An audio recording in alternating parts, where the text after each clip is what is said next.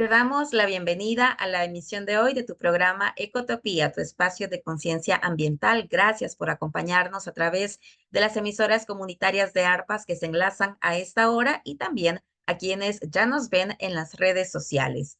¿Sabías que entre 1950 y 2017 se produjo un total de 9.2 mil millones de toneladas de plásticos en el mundo? Sobre los impactos ambientales que tiene esta crisis, vamos a conversar en la emisión de hoy de tu espacio de conciencia ambiental. Para esto damos la más cordial bienvenida a Ingrid Hausinger. Ella es coordinadora de la Fundación BOL. ¿Cómo está Ingrid? Bienvenida, buenos días. Muchísimas gracias. Gracias por la invitación y por poner este tema también en la radio para hablar sobre esta gran crisis que estamos enfrentando junto con las otras, ¿no? La crisis climática, pero que está muy relacionada, esta crisis por la contaminación de los plásticos de un solo uso.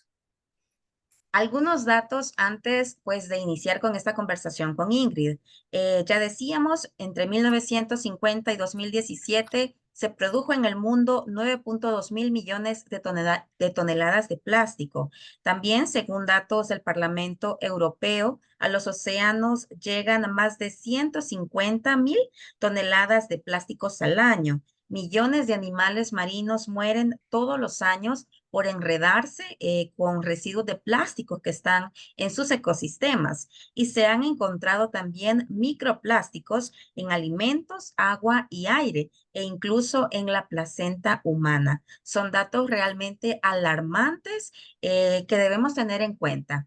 Ingrid, quisiera que empezáramos pues con esta conversación, como decíamos, las reflexiones y análisis sobre los impactos que tiene el plástico y el plástico de un solo uso particularmente, pues no son nuevas. Ya se lleva mucho Ujú. tiempo hablando sobre esto y destacando los impactos que tiene. Pero en este 2025, en este momento en el que tenemos pues estos datos sobre la cantidad de plástico que llega al océano, por ejemplo, ¿por qué es importante reflexionar respecto a esta contaminación?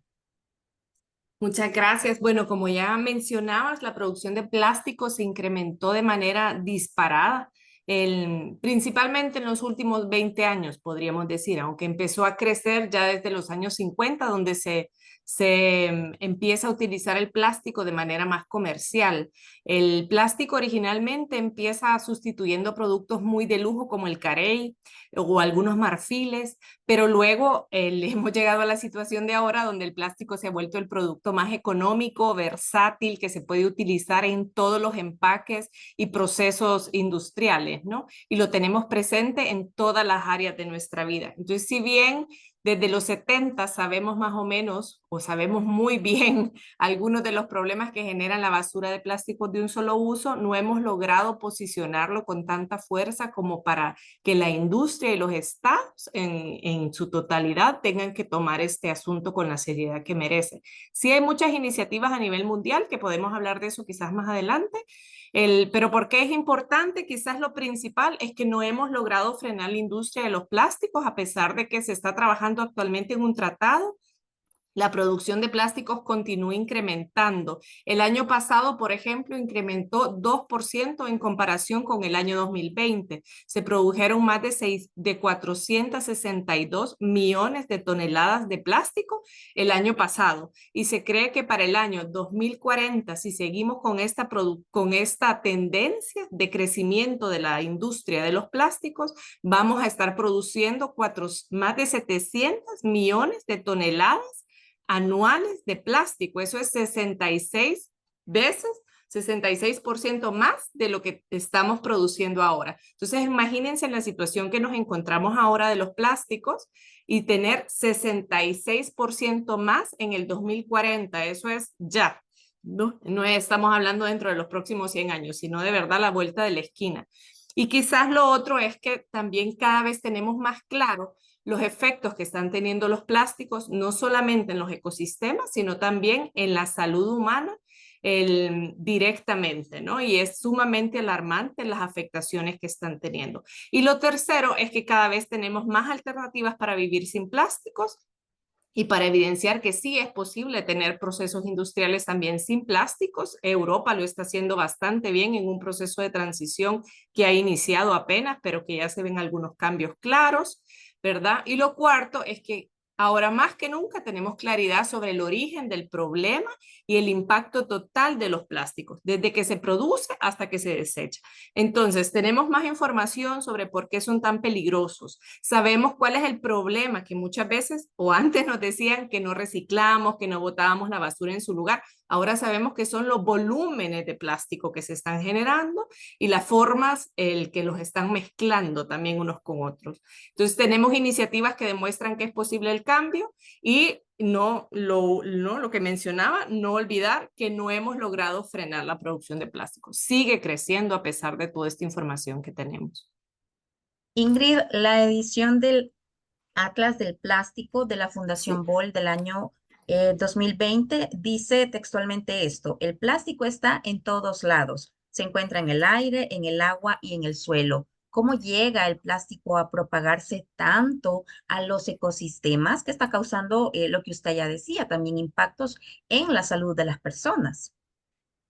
Bueno, el plástico, más o menos el 30% de los plásticos que se producen a nivel mundial terminan en los ecosistemas, ya sea ríos, lagos, en montañas, en los océanos, ¿no? ¿Qué pasa con estos plásticos? Se empiezan a tostar y se empiezan a separar en pequeñas partículas. Entonces, a veces nosotros decimos, ah, eso ya se deshizo, pero no se deshizo, se separó en pequeñas partículas que llamamos microplásticos, que quedan en el suelo, en el aire incluso, porque son tan pequeñas que las respiramos. Por eso se han encontrado partículas de plástico en nuestros pulmones. Nos las comemos y nos las tomamos en las botellas de agua. El 60% de las botellas de agua plásticas PET se ha demostrado que tienen partículas de plástico en grandes cantidades, micropartículas de plástico, porque eso está soltando partículas, ¿no? Cuando lavamos la ropa, que ahora la mayoría de la ropa está hecha de poliéster, que es plástico, también sueltan todas estas partículas la ropa y se va en el drenaje, ¿no? Esa agua llega nuevamente a los ríos, a los mantos acuíferos, nosotros después la procesamos, la purificamos con cloro, pero no le quitamos las partículas de plástico, igual nos las tomamos, ¿no? Entonces los plásticos cuando los desechamos, la gran mayoría, este 30% mínimo, llega a los ecosistemas que se termina segregando en estas pequeñas partículas.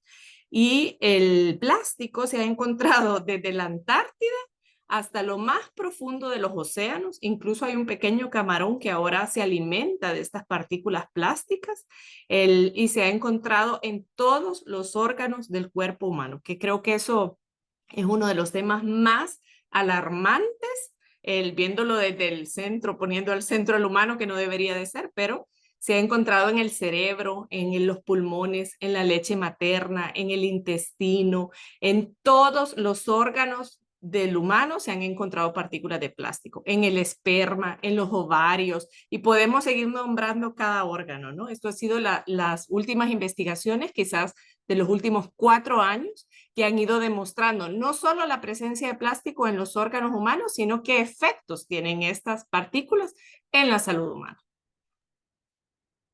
Si pudiéramos mencionar algunas de estos efectos que justo Mm, causa para la salud ujú, humana, ¿cuáles son como esos que de verdad nos tienen que alarmar? Bueno, todos nos deben alarmar, sí. pero esos que nos están ya diciendo es una situación insostenible, esta crisis del Sí. plástico, que no solamente usted decía contamina ecosistemas, sino a través de pues las micropartículas llega a la salud de las personas.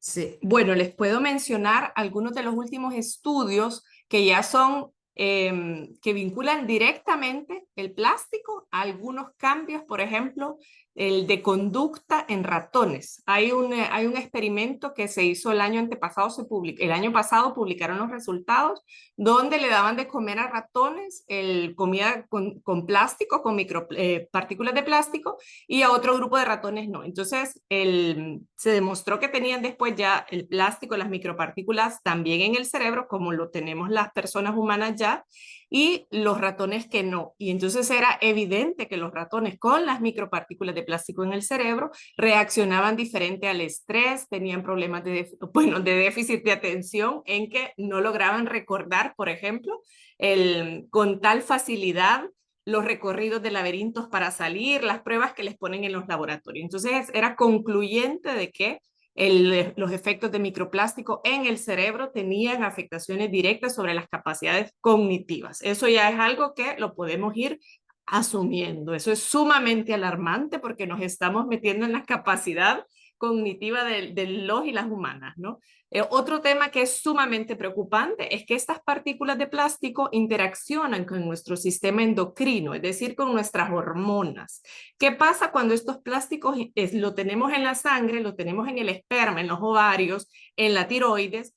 ¿Cómo se reaccionan con nuestras hormonas? También ya hay varios estudios que están vinculando, aquí todavía es una relación, no una causalidad directa, pero una relación clara de que las cantidades de plástico en la sangre se relacionan con pubertad precoz en niñas, por ejemplo. Estamos viendo niñas que están empezando a menstruar a los 8, a los 9 años. Estamos viendo muchísimo más índices de mujeres con ovarios poliquísticos, problemas de infertilidad, que están relacionados, entre otras cosas, pero muy claramente también con los plásticos que tenemos ahora, los microplásticos en la sangre.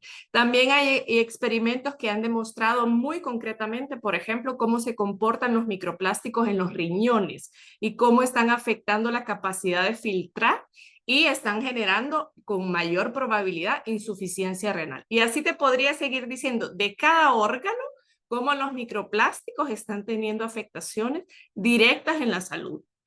Quizás la que más nos impacta a veces es el tema cognitivo y el tema de la pubertad precoz y la fertilidad, que son tres cosas que ya están muy estudiadas, podríamos decir, y hay una relación directa, no una causalidad, pero una relación directa a los plásticos de un solo uso.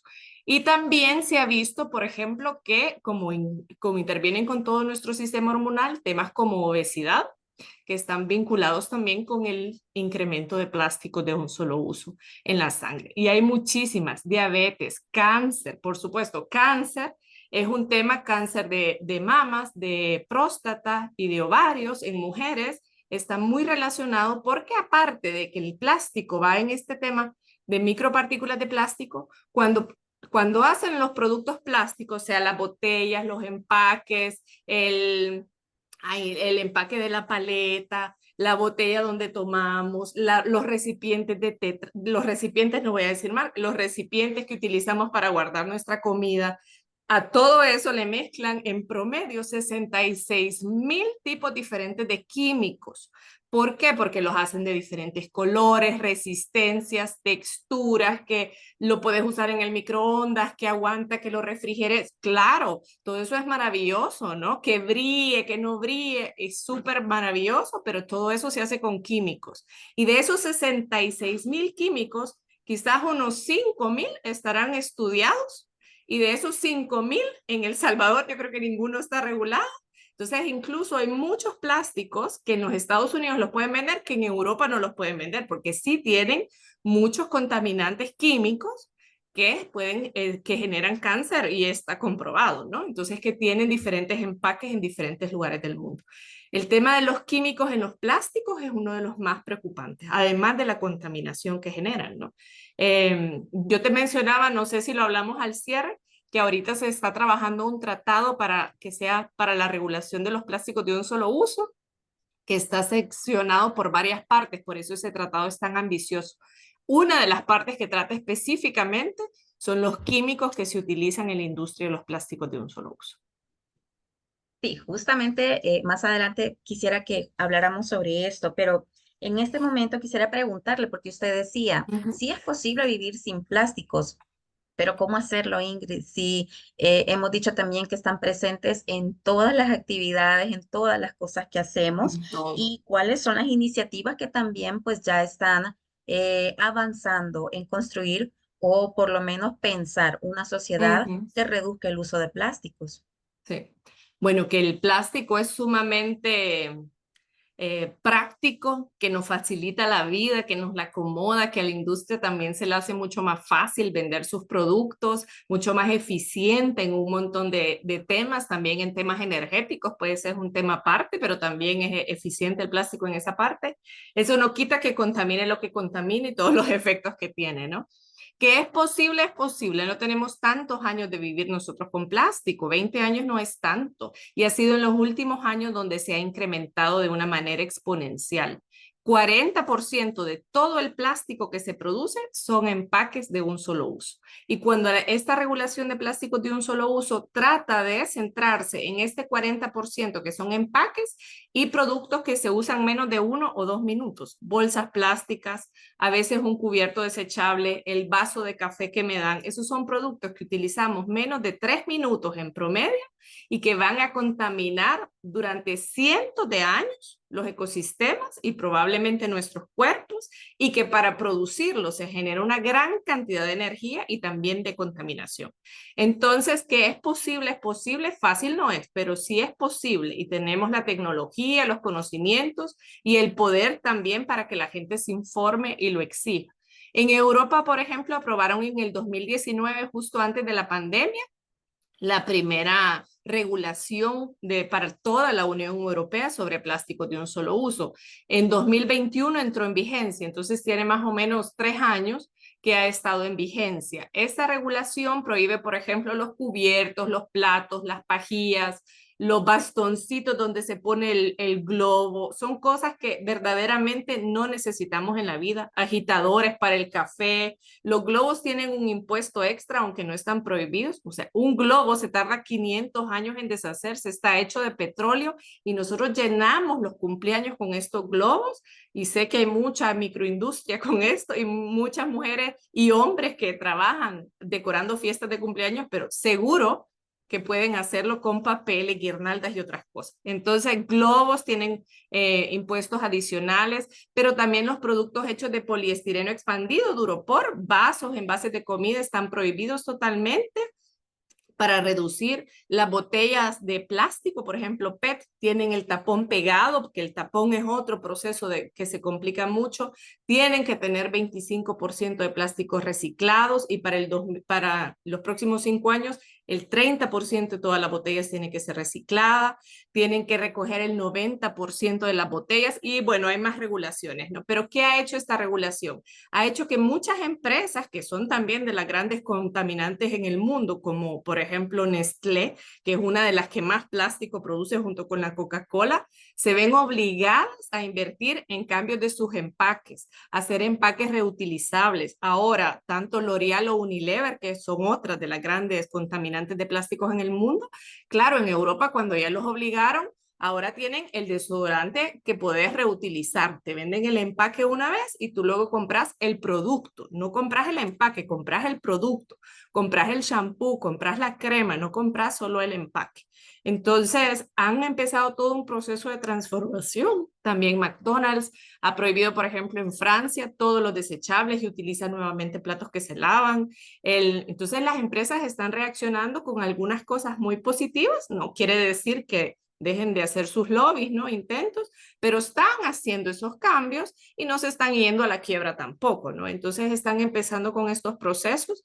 La Comunidad Europea también ha invertido mucho en educar, entonces las personas prefieren comprar estos productos cada vez más que el producto que les daña su salud y que sigue contaminando.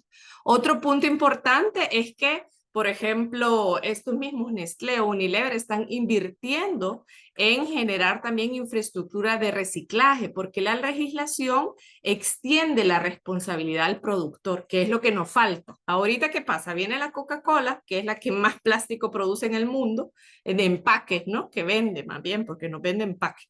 Entonces, viene la Coca-Cola, lo vende, y ya cuando tú lo compras, tú te vuelves responsable como ciudadano de ver qué vas a hacer con esa botella de Coca-Cola de plástico. ¿Qué hacemos nosotros? Pues la botamos en el basurero. ¿A quién le queda esa responsabilidad? Al gobierno municipal. Y el gobierno municipal de un país como El Salvador, que no tiene grandes ingresos de impuestos, ¿cómo va a poder manejar esos volúmenes de toneladas de basura plástica que se generan por los empaques de las empresas, que le queda la responsabilidad a los gobiernos o a nosotros para ver qué hacemos con ese producto, y las empresas no tienen responsabilidad sobre sus empaques y la basura que generan? Entonces, esa legislación extiende la responsabilidad al productor y les obliga también a reciclar los empaques que generan. Ingrid, ¿y cómo esto también agrava la crisis climática? Porque usted también decía al inicio, esta contaminación, pues aparte de dañar la salud, dañar ecosistemas, también está afectando al clima. ¿Cómo sucede esto? Bueno, muchas personas quizás no están muy conscientes, pero el 99% de los plásticos están hechos de combustibles fósiles. Entonces, ¿qué quiere decir eso? Que se crean de los productos que se desechan de las refinerías de petróleos y de diésel. Entonces, muchas refinerías que se proyecta quizás que van a vender menos combustible en los próximos años por la introducción de otros modos de movilidad, sea eléctrica o mejora de transportes públicos, por ejemplo, y las mismas regulaciones que se están creando a nivel mundial que busca reducir el uso de combustibles para reducir el cambio climático, están empezando a producir más plásticos. Por ejemplo, Exxon es una de ellas. Exxon es una de las grandes productoras de petróleo. En el 2020, donde se redujeron las ventas de gasolina y de diésel, porque todo el mundo estábamos en confinamiento, empezaron a invertir en fábricas de pallets de plástico. Entonces ahora ellos en Texas y en Dallas tienen grandes fábricas de pallets de plástico, que por cierto acaban de perder una gran demanda que le pusieron en Dallas por la contaminación del aire, que son como 142 millones de dólares que van a tener que pagar por la contaminación que están creando. Entonces, bueno, la relación entre el cambio climático y los plásticos es muy cercana, no solo desde su producción, sino también en cómo hemos creado todo nuestro sistema económico que genera esta crisis climática y que está basada en los combustibles fósiles, tanto para movilizar, pero también la agricultura los usa mucho, ¿no? Y toda la industria. Entonces, no solo es cómo se producen, que están hechos de petróleo, pero también, por ejemplo, la moda rápida, ¿no? Con estas telas baratas ahora que utilizamos de poliéster, se crean ropa muchísimo más accesible porque ya no está hecha a base de algodón, ya no tiene todos los procesos que antes tenía y empiezan todos estos nuevos mercados de moda rápida a que ahora ya no solo queremos comprar ropa una vez al año, dos veces al año, no, 14 veces al año. Más de cada mes queremos algo nuevo o nos impulsan incluso ahora muchos mercados a comprar ropa constantemente y desechar ropa constantemente. Eso también está vinculado con la crisis climática. Entonces, cuando nos estemos inundando por estas tormentas masivas que vienen ahora, ¿no? Que llueven cantidades que antes llovían en 3, 4 meses en un día, recordémonos que no solamente es el combustible, no, es también el plástico, es la ropa, son los desechos, es la forma en cómo consumimos y vivimos.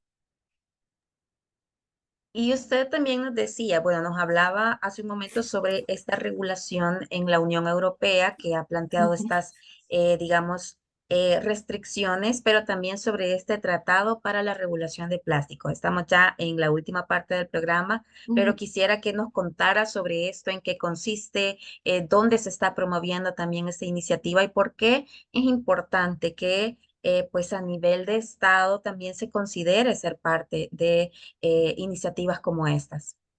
Sí. Bueno, quizás no sé si podemos compartir un link.